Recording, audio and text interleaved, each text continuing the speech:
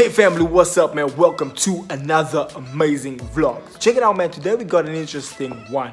And if you're new here, my name is Xavier, this is Anka. This is our channel, it's called the Hendrix Family, right? And so we do a bunch of family stuff, and then sometimes we have sit downs like this where we just discuss relationship stuff, we just discuss marriage stuff, kids stuff, whatever it is.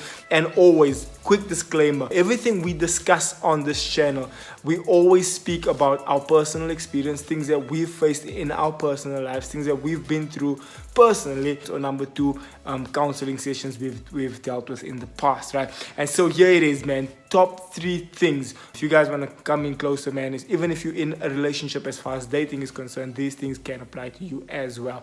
So the first thing man that I want to speak about, what we decided on, the first one is number 1, deal with the issue at hand.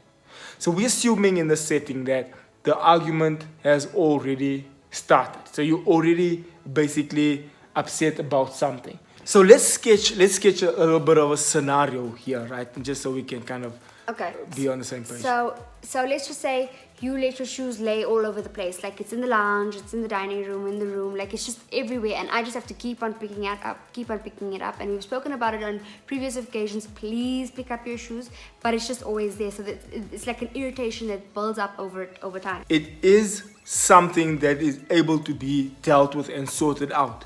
You find, and this is not even a joke, this really happens. You find that people can escalate an argument to a whole nother level, and it started off with shoes. Because think about it, shoes is a conversation you can have, and if it's dealt with correctly, then it's fixed. It's not like other scenarios, like more heavy-weighted scenarios, like perhaps cheating, adultery, or perhaps lying, perhaps abuse, perhaps theft. You used something without asking your partner's permission, or you did something, or you depleted the account or something. You did something like sketchy like that. That's not on that level. Yeah, it's not on that level. So number 1, but this is it, man. The scripture in Song of Songs speaks about the little foxes that spoil the whole vineyard, and you'll find that these small little issues and these small little it's not that serious things that actually build up, and it could cause chaos, right? So that's our scenario. So number 1, very serious yeah, quickly. It could become serious. So number 1 is don't attack the person, deal with the situation. At this point, the situation is there's a pair of shoes laying on the ground.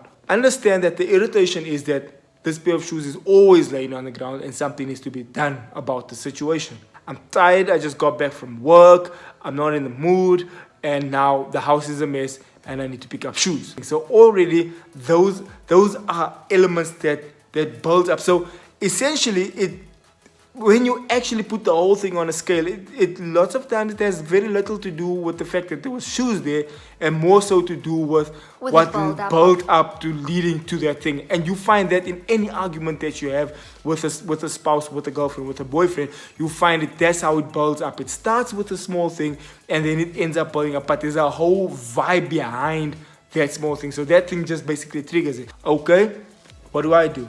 Okay, yes, I'm wrong. I needed to pick it up and pick it up immediately. And let me pick it up and squash it. Now, if you deal with it that way, it could actually be sorted out literally in that 5-minute sitting. There's just certain things that men don't understand that they do, and I think it's a men problem. So I think all women can relate to that. Yeah, I think or also like another thing is the laundry in the basket. The basket's right there. Think about it this way. Also, when you get into that conversation, that men and women think differently. Okay. They reason differently. They see things in a different way. So what perhaps possibly is a big issue for a woman is like, I don't understand why you're complaining, for a guy. And then what possibly is something that's a huge deal for a guy, the woman's like why are you getting upset? Like, it's not worth getting upset about. Let's take a situation where we're married and we decided that there's no date. We're not going to go and take out cell phones and whatnot. And then I rock up with a phone. With a brand new iPhone X, and I didn't know about it. Yeah. And wasn't in the agreement. It wasn't. That is something that could cause divorce if it goes unchecked, actually. Because now, remember, it wasn't in the budget, and now you're liable to pay for But it. now the thing is, that's elements of distrust. That's elements of doing things behind the person's back. That's elements of, yo, listen, we didn't discuss this thing. Next thing you know, you're just making moves. Or even, another big thing in marriage is people have like secret or private like accounts or something.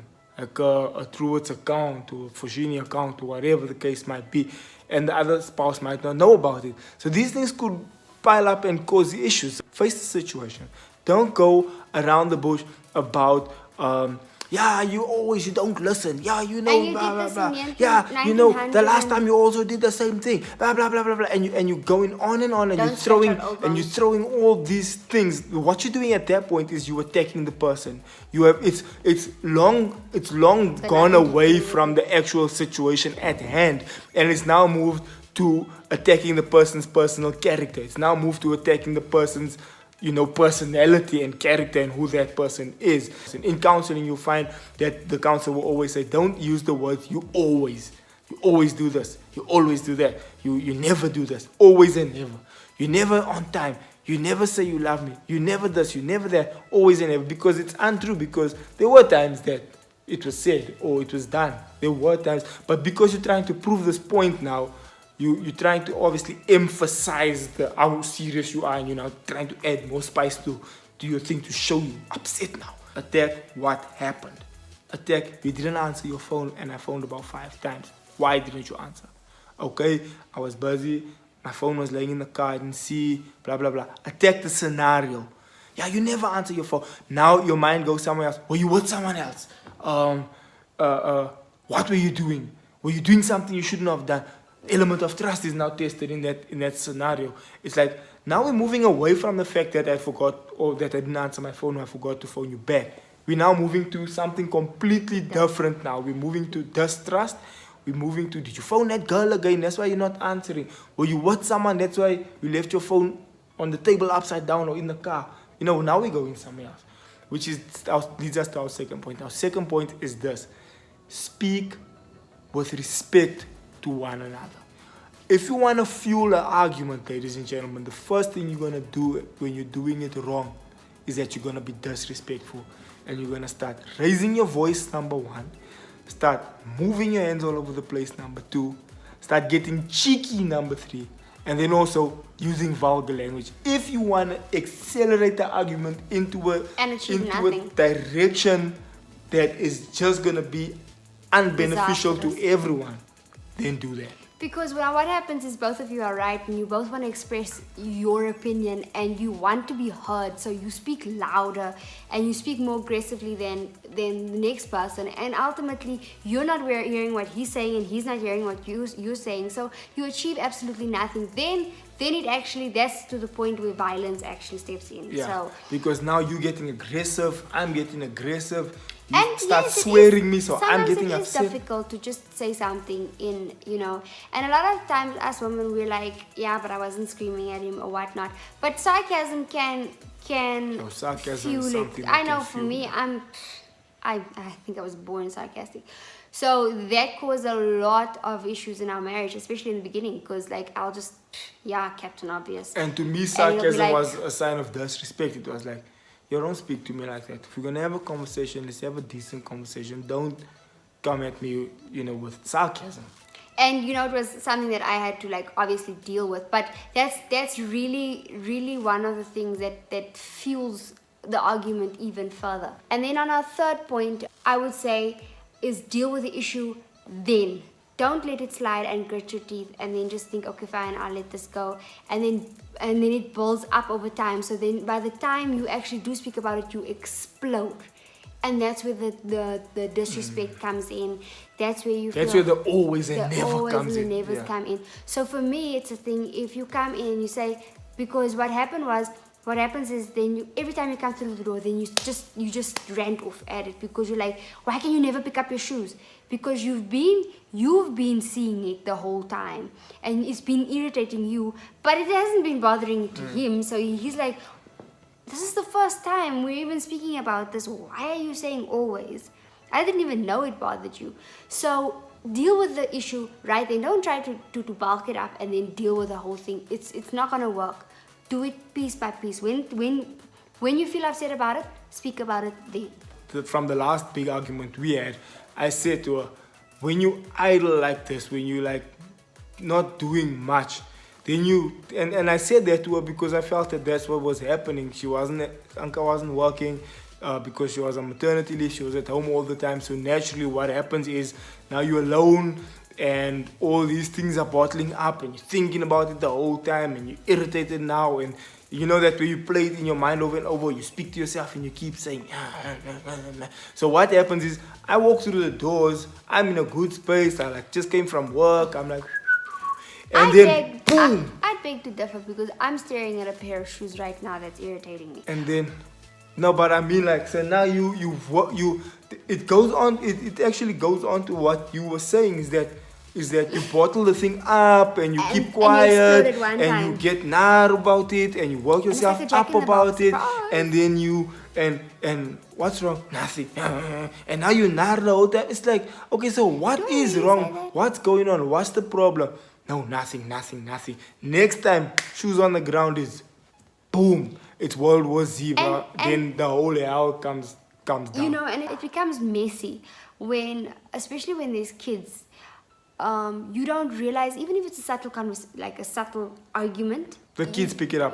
We've seen that Eva's picked up many times. Like she picks up like, nah, and what's going on? You forget that your child is small, and you're not having a fight and throwing things around. You're just having an argument, like not an argument. It's an argument, but you're having it kind of like under your breath. But kids pick this up.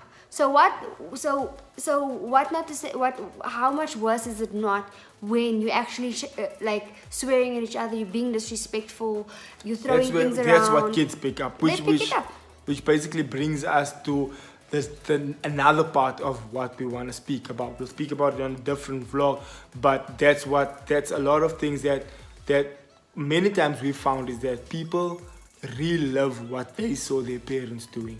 And so that's a lot of times where you find people scared to get married because their parents got divorced. People speak to their wives the way they saw their father speak to their mother, or their mother speak to their father, and it's not even intentional.